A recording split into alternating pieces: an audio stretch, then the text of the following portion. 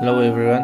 Today I'm going to show you how to copy text and any other things from the website that look at their website. We have an example.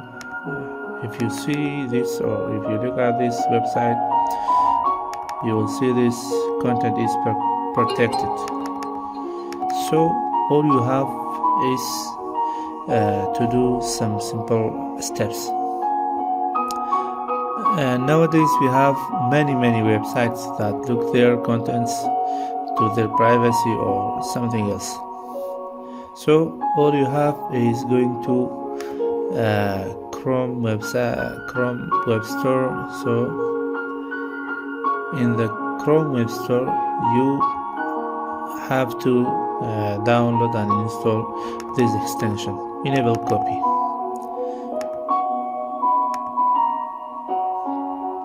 As you see, I added this extension to my Google Chrome. So if you do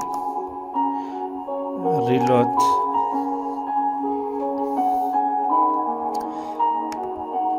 you will see same thing, content is protected. But in the extension, just click on the copy and do your work.